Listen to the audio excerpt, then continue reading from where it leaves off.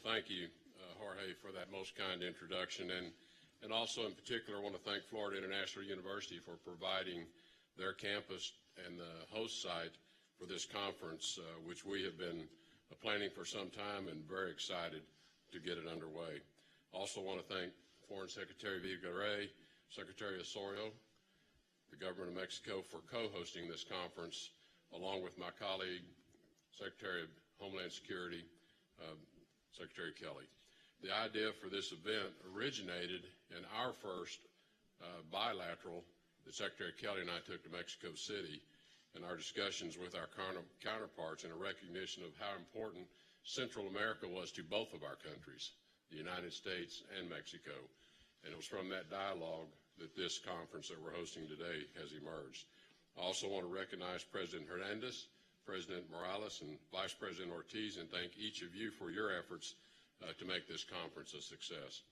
Secretary Kelly and I are both very excited to be holding these important discussions on how we can improve security and prosperity in our respective bilateral relations, as well as a group.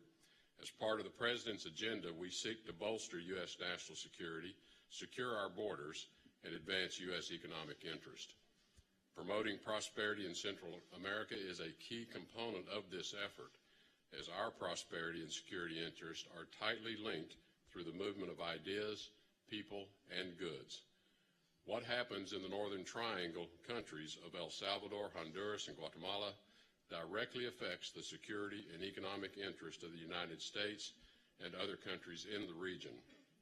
A more prosperous, safer Central America will do much to halt illegal and dangerous migration, defeat transnational drug cartels and gangs, and end corruption in their economies.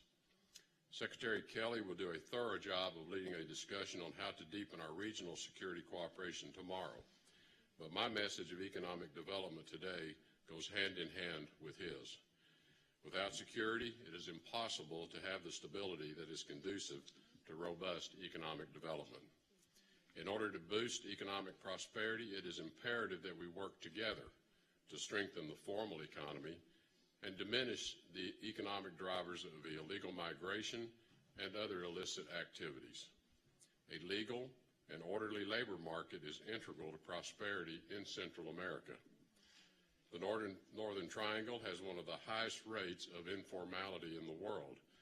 In 2016, 70% of the labor force worked in the informal sector, with little certainty as to when or how long their employment will last.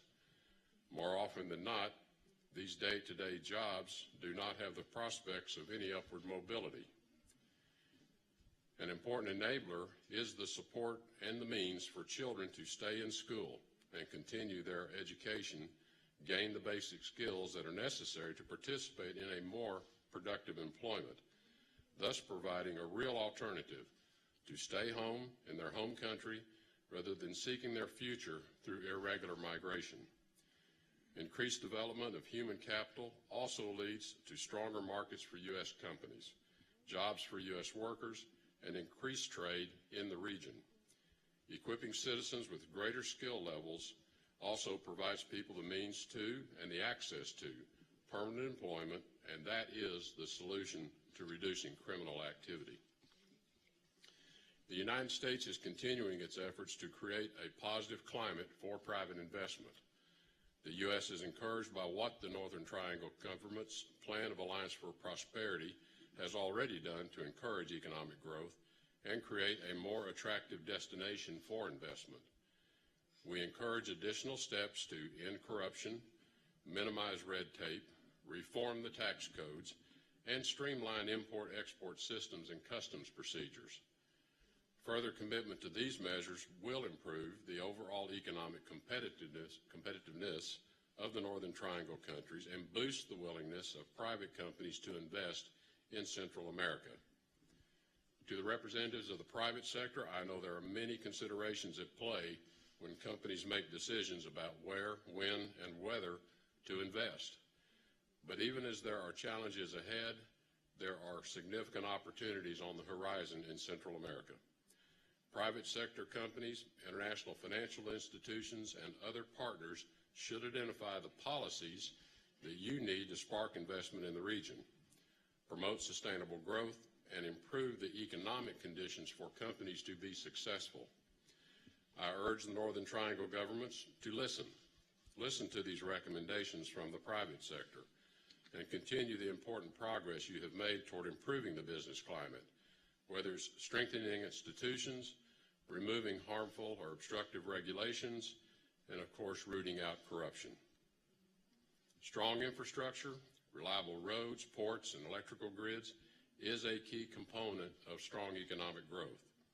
Central America will welcome an estimated 25 million new urban dwellers over the next 30 years. As cities expand, they will need to provide basic additional services and infrastructure. The private sector should consider how to partner with the governments to address these needs. The Internet, as well as the larger digital economy, is also a strong driver of economic growth. Internet access has become a prerequisite for modern economic development. The World Bank has shown that for every 10% increase in the number of high-speed Internet connections, a country's gross domestic product rises by approximately 1.4%. The countries of Central America must prioritize the deployment of Internet infrastructure and digital services. The energy sector also carries special importance in this discussion. Larger and more competitive power markets benefit the entire region by expanding access to cheaper electricity, providing opportunities for greater diversity of energy supply, attracting investments, and improving reliability.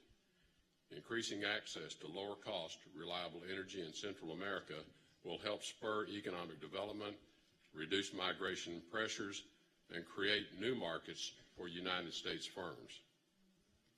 A secure and prosperous Central America contributes to a safer, more prosperous United States and Western Hemisphere.